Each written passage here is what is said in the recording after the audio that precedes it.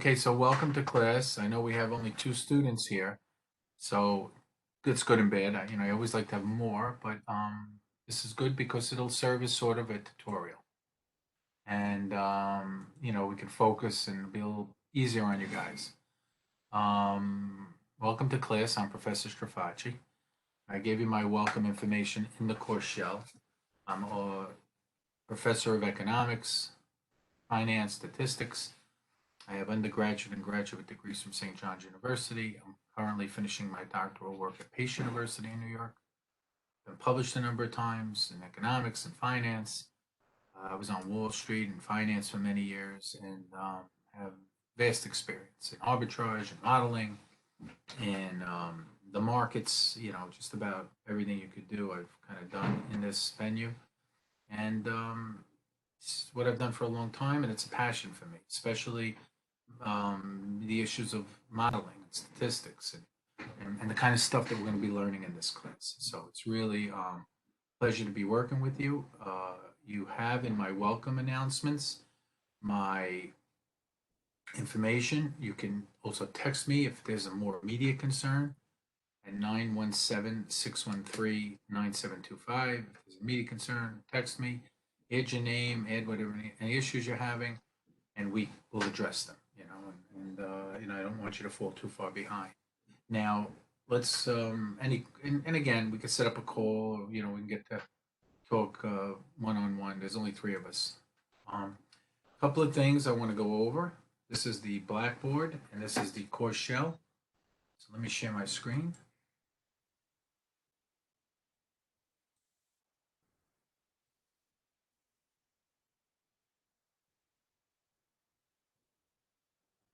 Okay, bear with me. Okay, I'm sharing my screen now. And this is the Blackboard. So this is the page you'll be opening to. And you'll notice on the home page, you can have my discussion guidelines. I'll go over in a minute.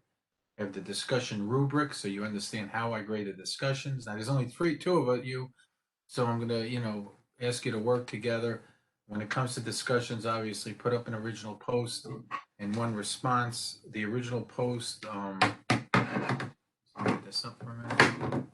The original post has to be posted by Tuesday. That's in the course calendar, and then a follow-up post to in this case, your partners or your other students' response. Or and I'm going to make it a little easier on you guys. You could put a second post that's an original post. No. In other words, you could do the first post original, and you may not, if for whatever reason one student, isn't on, or it's just something that's the other student, you want to just add something new, you can add something new, and I'll give. You don't necessarily have to wait for that second post, although that would be optimal. I want to give you a little leeway since we're such a small class, so I want to be clear about that. That your first post has to be by Tuesday. Your second post has to be a second post, hopefully in response to another student. Live classroom meetings, you'll see that down here. These will be the 6 meetings. Today's the first, obviously. Just be aware of the fact that when this meeting is over, and the meetings will go at least a half an hour, no longer than an hour as per school policy, and then we could talk, obviously, if you have any issues. When this meeting is over, I'm going to get the link to you'll see everything on the WebEx in your WebEx account. But I'm going to get a link to the recording, and I will place them underneath the meeting. So you'll always have a repository of where the meetings are and the recording for the meeting. So once again, on the course homepage, you're going to have live classroom session information. I will add the recording information underneath each meeting.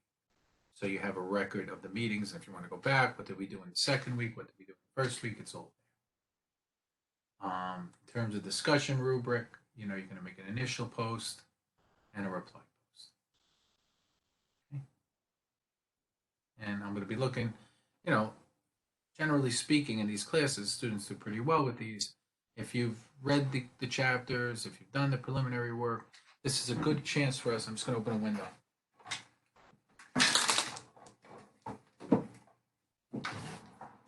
This is a good chance for you to create like a sense of community. Again, there's only the 2 of you and myself, but it still creates a sense of community, even if we were doing this in a classroom setting.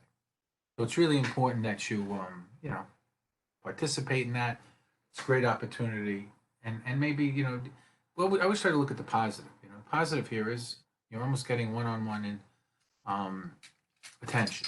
You know, again, I would think optimal would have been obviously it's always better to have a bigger class, but you deal with the situation as it comes up, and Rasmussen's a great place.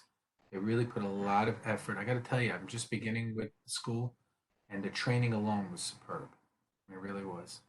They really care about the students, and they want to make sure that the professors know exactly what the how to handle, And I've been doing this for a while. I should say that teaching online for over 10 years, and this is a very good system. And the Blackboard, frankly, is one of the best learning management systems that we have. So you really have the school has really gone out of their way, and I'm not just cheerleading. I believe that. That's why I'm here.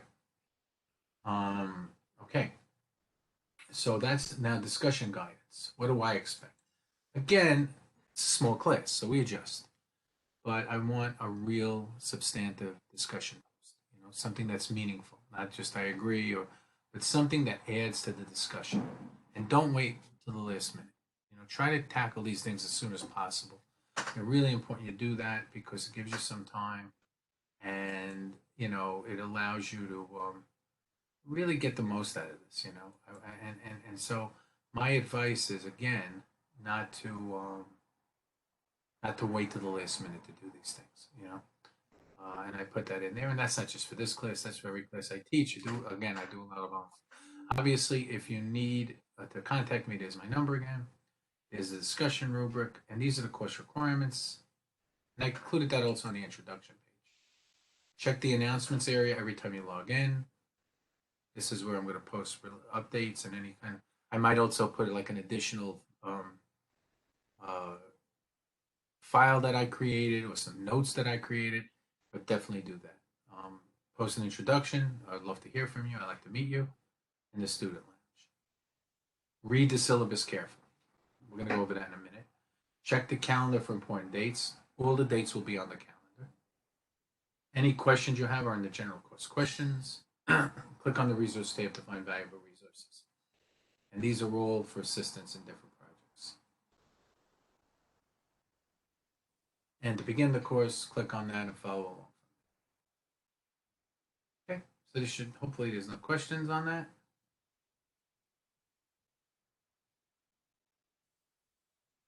Okay. So that's the course homepage. On the messages, that's really for me more than for you. And let's go look at the syllabus. So the syllabus is, we're going to be looking at computational and implementational approach. I taught these courses before at schools.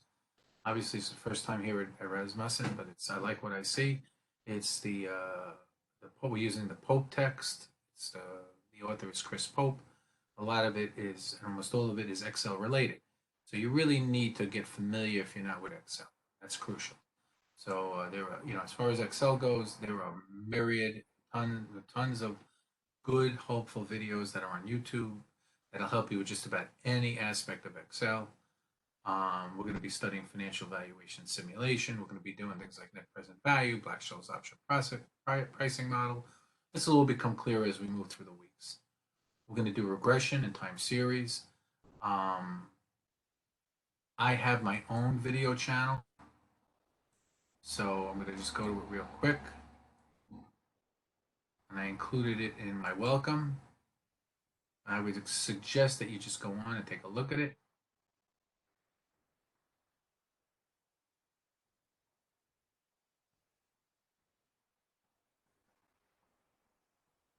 I'm going to my channel. I'll go to playlists. And there's Finance Academy. I also have Statistics Academy. If you go to Statistics Academy, you're going to see how I calculated beta. So this is a video as to how to download it. And an introduction to using Yahoo Finance. So this is all stuff. These are all videos that you may find helpful. So please make sure you take a look at Statistics Academy. And on the Finance Academy, I have a lot of very useful financial related, finance-related valuations like time value of money, which you're going to be covering in the first week. And then I noticed in the first week, we're also going to be doing financial statements. I will include my interactive spreadsheet in my announcements after this class is over. That's a review of my interactive spreadsheet on the balance sheet. It'll give you the balance sheet, the income statement, the cash flow statement, and you can see how it works in Excel. It's one thing I created. So it's really neat. You can follow my video and then follow how the numbers line up. So if you're not getting the full view of how a financial statement works or how a balance sheet works, use my interactive spreadsheet. I will include it in the week's work and in the announcements. I think I did, but let me double check. Let's close this. And then you also have Accounting Academy. It's in my playlists, and that's just a review again of the financial statements. So in the first week, we're covering financial statements. I want you to, at least utilize this. Utilize it. Really important to utilize it because I explain it in a video, and you can kind of work with it on your own. I believe I put it in here. Let me double check. Okay, I didn't, so let's put it in right now so you have it. Let's look for this item.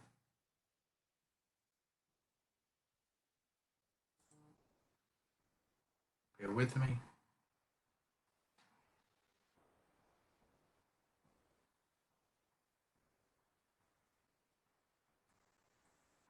There you go. There's my interactive spreadsheet. So hold on. Let's get this up. I'll submit it. Oh, the value must be good. So you can download this. I'm going to call it interactive spreadsheet. And I think it's really helpful. I mean, we only have so much time on these videos, but this is something I think you'll find very useful for two reasons. One, I'm using Excel, right? One, I'm using Excel, so you get a chance to play with Excel. And two, I'm going to go over time. Well, I'd like to touch on time value of money. But next week, I'm really going to go over time value of money with you after you've already started the review. So, with me. You'll see at the end of the first week, you have the interactive spreadsheet.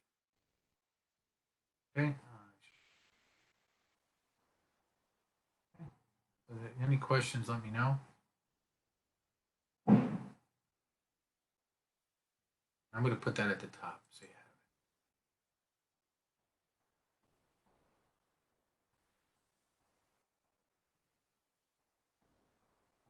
have it. Okay. There it is. I'll call it up for you real quick, give you an idea. I want to spend some time with it. And I feel it's a great introduction with my videos to understand how the balance sheet and accounting work, which is a big part of the first unit. There's the first unit. There's the lesson content.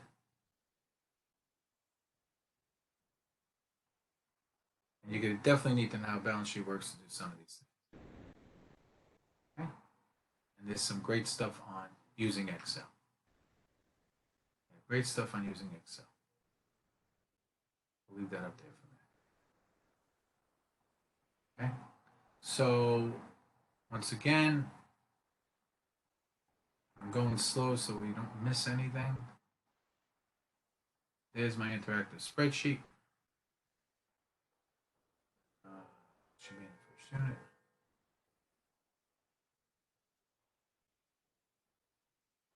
And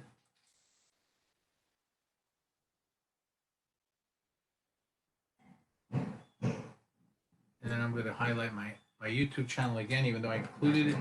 I did include my YouTube channel in the introduction, but let's put it in as an item.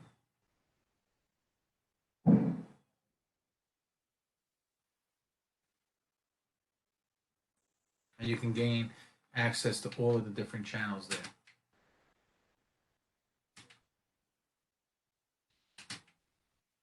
We'll get back to that in a minute. There's my YouTube channel. I have a big screen here, so it looks like I'm switching back and forth.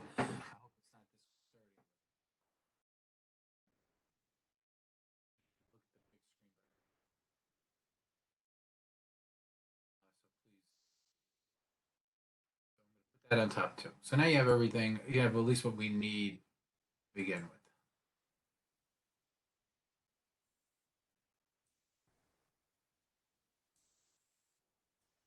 There you go.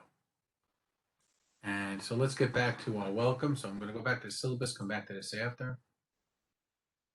And you're going to have to employ financial calculations, construct portfolio models. We're going to do option strategies. I have a lot of experience in options. I'm going to value stocks and bonds, and you'll see a lot of those coincide with my videos. You'll evaluate stock prices in investment portfolios using asset prices and a Monte Carlo price model, which really is Monte Carlo means we generate random movements in the stock market, which is how the stock market works. Stock market is random. On any given day, whatever new information comes into the stock market is what's going to be reflected in prices. So keep that in mind. When you hear the Monte Carlo method, you're really hearing a method that shows random movements in the market, which the markets are random. How do we know that? Because we can't predict what the future is going to hold, right? There are some risks that apply directly to the stock, right? Like an airline company, an airline has oil price risk. Hotel has travel risk, right? A supermarket has consumption risk. But by putting enough securities together, we can blend out that risk. So briefly, as a tutorial, like when we add enough stocks into a portfolio, we can blend out or we can hedge out all of the risks that are indigenous to that stock. And once we do that, all that really is left is the unpredictable risk. And the unpredictable risks are things like COVID, a hurricane, some sort of calamity. Anything like that is going to be unpredictable, and that's what the markets reward. That's you only get paid for those risks theoretically. So those risks are unpredictable. Every day, those risks are new to us. Whatever happened yesterday cannot predict what happens tomorrow. We call that a Markov analysis. So, for instance, the day that we learned about COVID, we had no idea that it was coming because there was no, we don't rely on past information to give us today's news. Whatever's going to happen today that's brand new is random. So what you want to think about when we talk about Monte Carlo models is it shows the randomness of the model. To be brief, that's the required text, Chris Pope. Those are the library resources, and these are the course requirements. You have to complete all lesson applications. You have to participate in the discussions. You have to check the course announcements and the weekly discussions. So the school gives you a pretty good idea as to how. And this is your documentation. We need to use APA in here if there's anything that has to be done research-wise. Check your course schedule for readings, discussion assignments, knowledge checks, written assignments. And these are the live classrooms. We're doing that right now. Grading criteria, discussions are worth 30 points, which is 6% of your grade. Knowledge check is 30 points, which is another little over 6% of your grade. The written assignment is 400 points, which is 81% of your grade. It's a big part of your grade. And the live classroom is 30, which is 6%. So that adds up to 100. That's the grading scale. And I'll definitely respond to you. Like I said, this is a small class, so if you really have a concern, just text me. But text me with your name, the class, and what your concern is, so I can, directly answer you, either immediately through the emails or through a call. We'll do whatever we do to get it done. Transferable skills is institutional learning outcomes, communication, critical thinking, digital fluency, very important. Ethics and professional responsibility. You'll have the opportunity to demonstrate these outcomes in a number of courses. Of course, the curriculum, very important here at Rasmussen, that you understand and you get these transferable skills. What I like about this is these are skills you'll be able to use in the real world. And I think that's terrific. I really do. So as you move through the curriculum, I'm just checking on time. I don't want to go overboard. As you look at transferable skills, these are important skills that you'll be bringing to the workplace. Okay, you have to get on, you have to meet attendance policies, and you have to, you can't be absent for more than 14 days. Today starts the first day. And you could be withdrawn. So be careful with that. And hopefully you'll be in a class that's online. A lot of participation is crucial. So you want to be on. Me personally, I would try to make it a habit of getting on here as often as possible, at least once a day during the 6 weeks. That's how I handle a lot of the online stuff. I think it's the best practice. I understand you might have other obligations, things happen. It's totally understandable. Don't let more than a day go by is my advice to you. You don't want to fall behind with these things. You don't want to get the feeling you're falling behind. So just a little friendly advice from me. And then incomplete grade policy, hopefully we won't have to go there. And then, of course, academic integrity, which is paramount to every academic institution. You want to make sure that you're not doing anything that violates the academic integrity code. Okay? And down here, you got a little radio button to print the syllabus. If some people like to have it next to them. I totally understand that, make it more accessible. So that's the syllabus. The text is right here. It's under your vital source.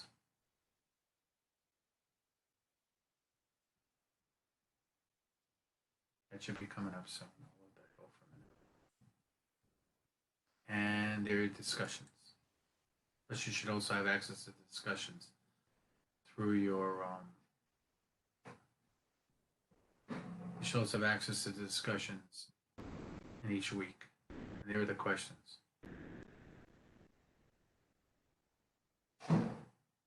Really good questions. I kind of like them. You have discussions in Module 6, Module 5, Module 1. In the beginning, you have the student lounge and the general discussion. Okay? So you can find all your discussions on one spot. Getting started is a great way to begin. See if my bookshelf came up already. And there you go. And there's your text. And you should see the same thing that I'm seeing at one point. And then this is a really great system. You have every chapter here, which we'll be going over and I'll be referring to. Okay? You could do it that way. You could do emoji reactions. You can look things up in Investopedia, which is pretty cool. All of that stuff is here. Okay, but here are your chapters.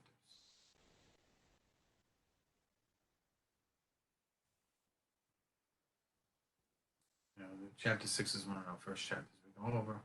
Our project uncertainty, net present value. And really, what's net present value? It's every project that we undertake. So that's where your book is.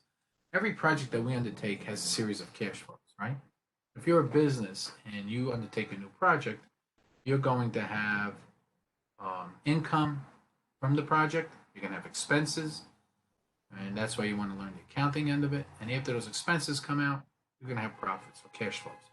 You're going to add back non-cash expense. What we're really concerned about in finance is the cash flow. Cash flow isn't necessarily the same number that the government sees in the IRS because we can deduct things that are non-cash expenses like depreciation.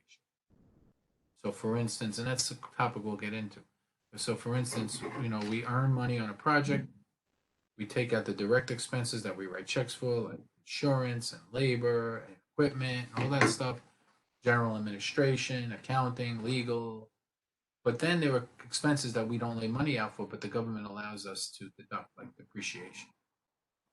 So if I bought a factory for $1 million and I can write it off every year for 10 years, then every year I'm going to have a $100,000 write-off on it. What that's going to mean is I can reduce my taxable liability by $100,000, but I'm not really laying the money out. But it's a benefit for me because I will need to replace things at one point. And the government understands that. It's built into the tax code. So I add that back to get the cash flow. And that's something you'll be reading about in the chapters and we'll be going over. So once I have these cash flows of what the project actually brings me in cash, then I have to discount them back using present value. And that's the net present value function. We'll talk about it.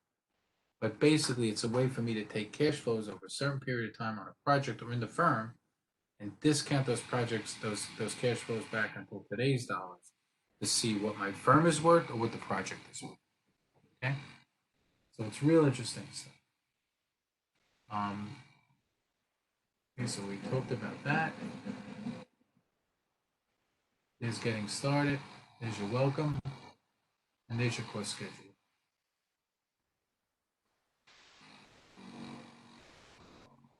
So you can go through the whole course and get a head start on what we'll be studying. And this week is the beginning.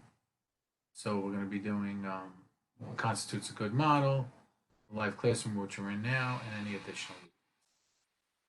So I just want to go through this with you so you have everything. And there's our modules that coincide with this coincide with this getting started. Course materials.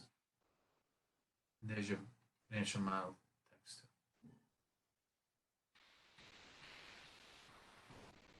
Okay. All right.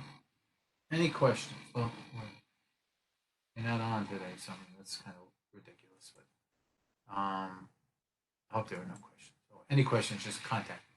Contact me with any questions. Okay, so that's your bookshelf. Let's look at some stuff I want to do practically. This is the introduction to modeling.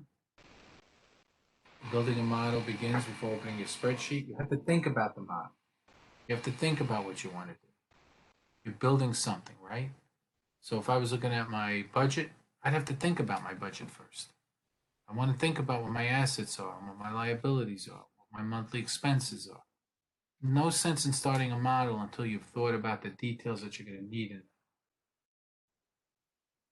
There are two phases in creating a model, the designing phase and the build phase. You take a top-down approach to designing models, which means we look at the overall view and then we kind of break it down. And a bottom-up approach to building and using the model. So once we've come up with this grand idea, like a movie, like almost like directing a movie.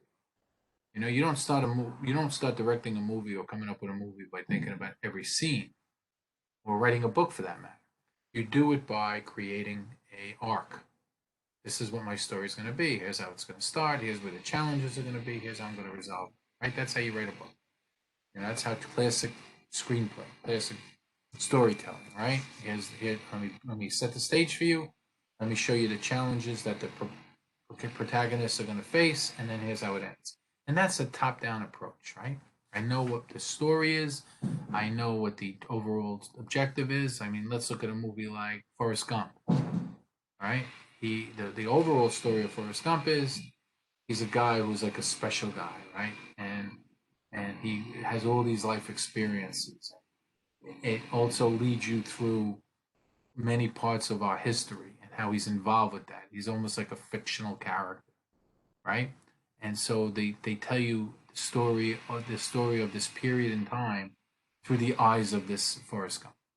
That's the overall theme, and he's going to start. They're going to introduce the character, then he's going to face challenges and all these different things that happen to him, and in the end, there's going to be a resolution. That's the story of Forrest Gump in a nutshell.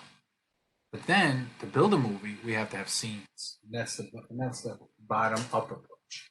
So it's no different than modeling, where we start out with this grand idea of what we want to do, and then we build up to get the idea.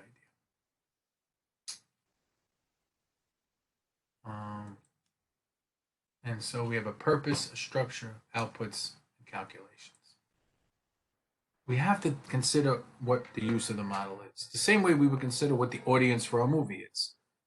Who will be using the model? Who's going to want to watch this movie? Will the model be used more than once? I think that's important. If it's just to solve a specific problem, it doesn't have to be, maybe you just got to get to the answer. But if it's going to be something you're going to use over and over again, you're going to want it to look good. Like my model here. Like my interactive spreadsheet. I have something I want to give to a lot of classes. I expect a lot of classes to use. I created this model for classes. That's my balance sheet. Those are my retained earnings. There's my cash flows. And you can follow it to see how I did it. Because I actually sum them and do everything else. And you watch my videos with it. Please do that. I think it'll help you a lot. What assumptions are available? Because you're going to make assumptions in certain models. In an accounting spreadsheet, the assumptions are basically not that great. The numbers have to foot out. But they're going to be things like the Black-Scholes model that rest on a series of assumptions. Volatility is the same throughout the model. The risk-free rate is the same. Everyone has the same information. There aren't any commissions involved in the model. So Black-Scholes does a number of assumptions. Okay. When we do net present value, which I sort of explained in a very preliminary manner, the model would be used by the company leadership. A mortgage payment calculation might be used by the loan department. Budgeting becomes part of the accounting department. Okay, we talked about this. Stay consistent with your design. So notice what I did here, and that's why I gave you this. I stayed consistent. I didn't go, the way I did the balance sheet is the same theory behind how I did the retained earnings and cash flows. So that they would add up, and at one point, I would show you the sum and numbers that I put together. So you could follow it on your own and see where the numbers came from and how the totals get derived. So there was a certain, logic that I used, and I followed through with it on my. Okay.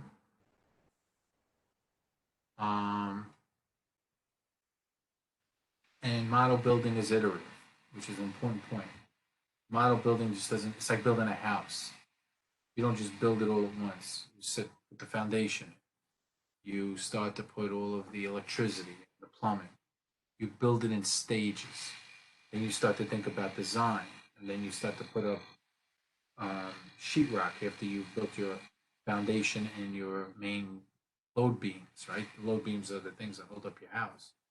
Then you put up your sheetrock. You start to finish the rooms. Then you start to do the more finishing work. When you walk into a house and you see carpeting and the kitchen and everything else, you're just seeing the final product. You're not seeing everything that goes on behind it. Same thing with a model. And you're building it in stages. You have the building, you evaluate it, you design, you document, and you should be reviewed. Build, evaluate, design, document. Definitely want to have some notes on your model so you can refer to how you did it. Okay, Excel. You got to know how to cut, and this is stuff I'm going to leave you to do this week. You got to know how to cut, copy, and paste. You have to know how to undo. You have to know how to move around. There's my spreadsheet. How do I cut, copy, and paste? Okay, let's open up the spreadsheet for a little bit. I mean, you should be doing this on your own, but I'll give you a little help. Let's say my number is 112, and I want to include it in another spot. I left click, copy. There's a lot of ways to do it, but this is how I do it. And then I can paste it as a number, as a formula. I can transpose it. You're going to have to, I can put it with the same formatting. Here, I'm just going to transpose it as another number. Gives you an idea of how to do that. Okay. Move to cell A1. And they're going to give you all of that information. That's how you can, they're going to give you all the information. I can select a bunch of columns by panning up here. I can select them.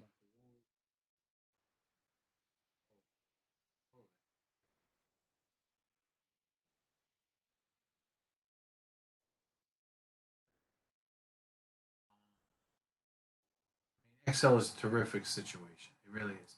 Once I'm in here, this tells me I'm in cell C3. I can cancel it. I can enter it.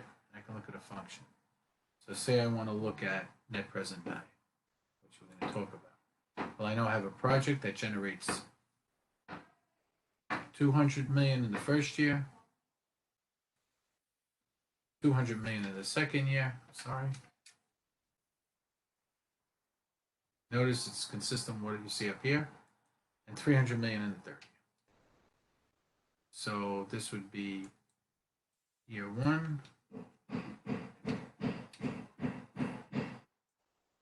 year 2. I'm just giving you the benefit of a little Excel. And year 3. Right? Now, what's that worth to me today? Well, first I have a discount rate. And that's a function of what my investors and my lenders feel pay them. So when I blend that together, because there's going to be a portion of my balance sheet that's going to be stock that I sold, which is the investors and what they gave me, and there's going to be a portion of my balance sheet that's going to be liabilities, which are bonds, or which are money that we borrow. So let's say the blend of those two things are going to be 10%. Always put either 0.1 or add the percent sign in Excel. Just be aware of that. It's really important. They don't discuss it enough, but you have to either have it as a percent or 0.0. If it doesn't do that, Excel will not recognize it and you'll have an issue. Always add the percent sign. Always add the percent sign. So let's take a look at net present value. They do this for us. So what's this project worth to me today if I discount? They're going to want a rate. And we know the rate already because we put it in. 10%. And then for values, really, you can put each individual value in together, or you could hold down the right click and get them all at once. Click OK, and that project is worth $572.50. That means that if I just didn't discount them, it would be worth $700, right? And how do I know that? I could do the sum. At sum, which is another function, put a parentheses, just pull your right click down and pan down the 3, close your parentheses, and it's worth 700. But if I discount these numbers back every year by 10%, I'm going to get $572.50. That's what the project's worth to me today. Money is more expensive to me, and I have to discount by 20%. Obviously, that number is going to go down to 479.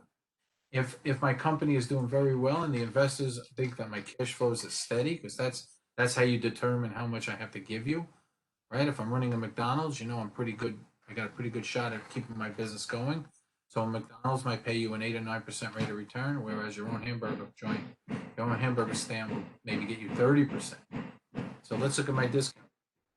McDonald's, where I can do things at like 7% because it's so good, because people know, my investors are going to say it's hard to go wrong with a McDonald's, so I'm not going to require as much return. Basically, it's a function of I want to invest with you. So if I want to invest with you, I have to give you a better deal. And those cash flows are worth $600. If it's my own hamburger place and it's very risky and I could go out of business, I might have to give them a 25% rate of return. If I built a little spreadsheet there for you. All right, we'll get into it more, and as you read, this will make more sense to you. But that is the way net present value. I'm going to highlight.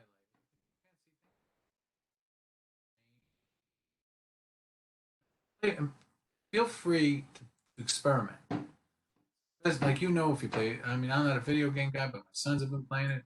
I have 3 sons that have done higher education. One's an attorney and an engineer.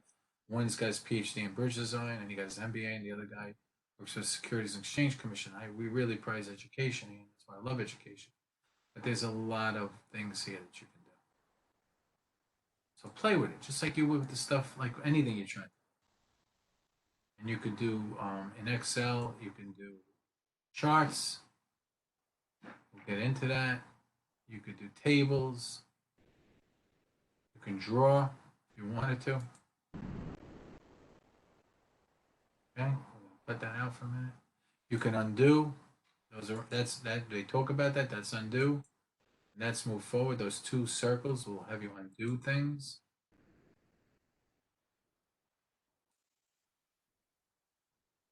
Then you can choose themes, which is pretty interesting. I kind of like this. There's a lot you can do, and there are whole courses where you can get certified in Excel. Excel is a valuable.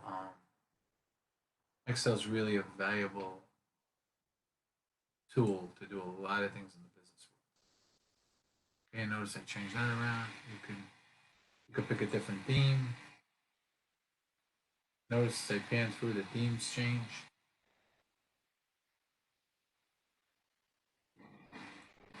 Okay, it's up to you how you want to do it. Notice the numbers change a little bit. And that's for different presentations. But again, you can't cover all this morning, but at least you get an idea of the stuff you can do with Excel.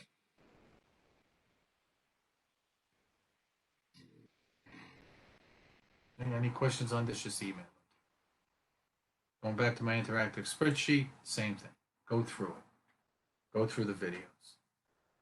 Okay, let's go back. So this is kind of a quick glance.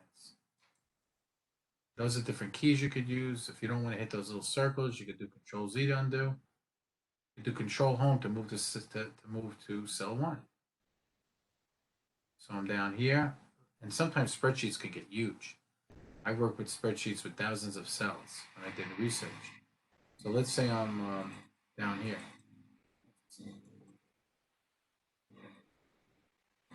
For some reason I'm having a little bit of an issue.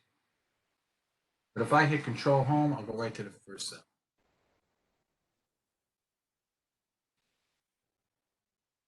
I'm going to close this.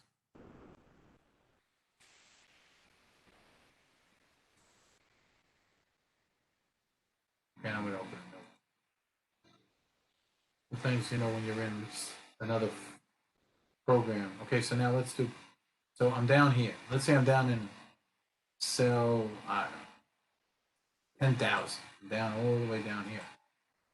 And I hit Control Home.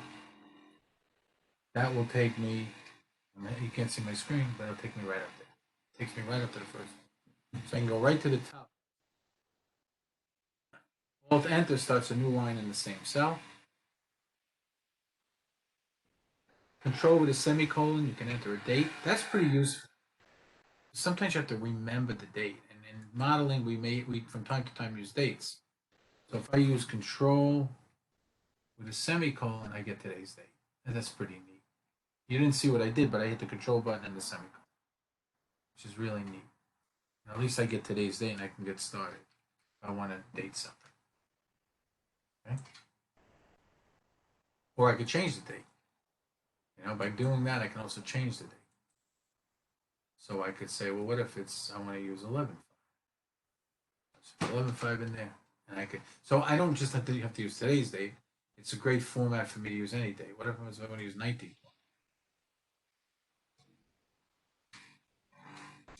I got that date. And then the more you play with these things, it's fascinating. So I go to days. What's the number of days between two dates? I want to see how I have a person out there who's over 100 years old, a little less than 100 years old. So my start date is 11/5/20. My end date is 10/5/20. That person's been on the planet 36,494 days. Very cool. Next, I'll do that for you in a minute. So this is a nice little reference. Control with a back tick. What does that do for me? I'm kind of going over this slow, and you know, I want you to take your time with it, but it's really a great tutorial. So Control with a back tick will toggle between the formula and the cell value.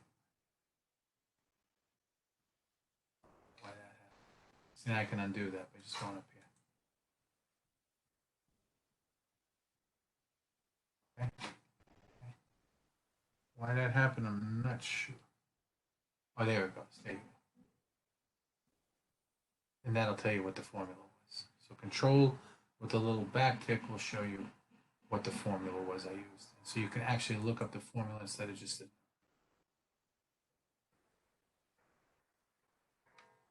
But if you just sit on that, you can see up here what the formula is. So if you want to replicate it from another spreadsheet, you can. And F2 glances at the cells. So by hitting F2, and again, I'm doing this on my screen. I'm doing it on my.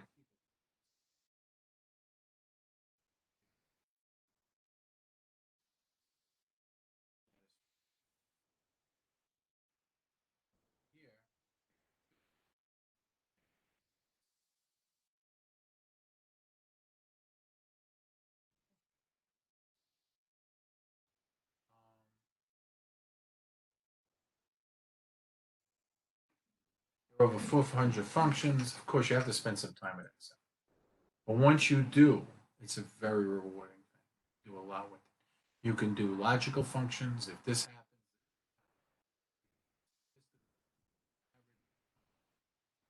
happens, you You can do mathematical functions, and you can also do just the financial.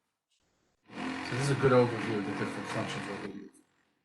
You can say if someone's grade is between 90 and 100, it equals an A. If someone's grade is between 80 and 90, it equals a B. So you could do that here, right? You could do and or statements. You could do the average or the count. Like you could do database management. So if you have a bunch of sales that you did and you want to know how many sales you made that day, you can do the count. You want to know what the average sale is, you can do the average. You could do the highest and the lowest. You could do mathematical functions. And you could do financial functions. Text functions, you can move your text around. You can look things up and you can use dates.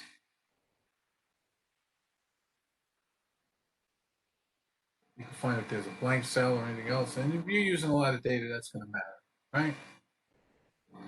So let's say I write, hold on, I'm working with one hand. I just had an operation. This is my spreadsheet. Okay, and I type that in, but it kind of bleeds into F. So what I could do is go here, go to the home page, and wrap the text. And it'll go down. So you can just do different things, but you have to play with it. And I could put it in the center by hitting merge and center. Again, I can undo it by going here, or I can set it up so it's centered and maybe I want it to be bigger. Because I want it to be a title. Then I'd have to, and I could just expand that E by doing that. You can actually move this around. Maybe I want to put a nice color in it. Blue.